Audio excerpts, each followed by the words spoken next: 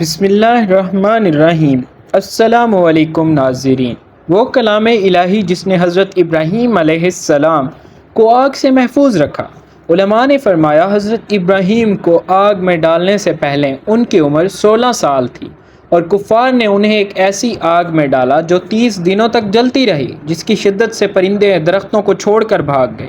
قرآن پاک میں اس آگ کے بارے میں فرمایا گیا، حضرت جبرائیل علیہ السلام ان کے پاس آئے اور کہا، اگر آپ حکم دیں تو میں آگ کو بجھا دوں اور ان سب کو ہلاک کر دوں۔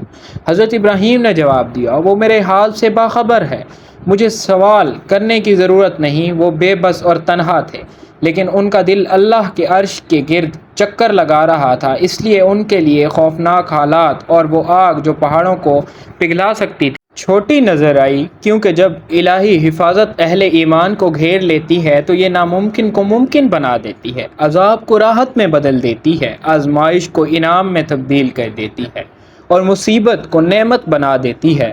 حضرت ابراہیم علیہ السلام مسلسل حسبنا اللہ و نعم الوکیل پڑھتے رہے۔ یہ کلمات پرندوں کو چیرتے ہوئے اللہ کے عرش تک پہنچ گئے اور معجزہ رونما ہوا۔ حضرت ابراہیم علیہ السلام 7 دن تک آگ میں رہے اور جب آگ بجھی تو لوگوں نے انہیں ایک سبز پہاڑی پر پایا۔ وہ اپنے رب کی حمد و ثنا کر رہے تھے اور ان کے جسم پر صرف بیڑیاں ہی جلی تھیں۔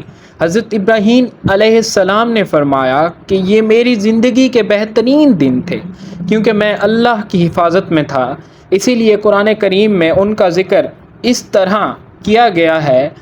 ترجمہ: علماء نے فرمایا حضرت ابراہیم علیہ السلام خلیل اللہ بن گئے جب انہوں نے ہر طرح کی آزمائش کو برداشت کیا اور جب ان کا دل صرف کائنات کے خالق سے وابستہ ہو گیا۔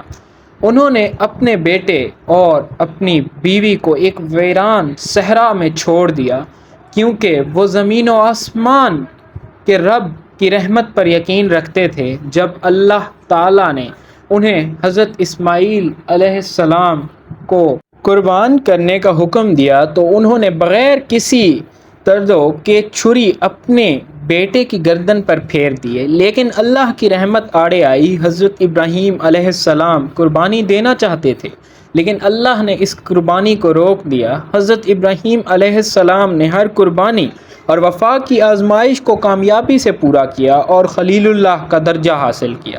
جب انہوں نے ثابت کر دیا کہ اللہ تعالیٰ انہیں اپنی جان اور اولاد سے بھی زیادہ عزیز ہے، انہیں دنیا اور آخرت میں رفعت حاصل ہوئی اور نبوت ان کے اولاد میں جاری رہی، جس کا اختتام حضرت محمد صلی اللہ علیہ وآلہ وسلم پر ہوا، جو تمام انسانیت کے لیے رحمت ہیں۔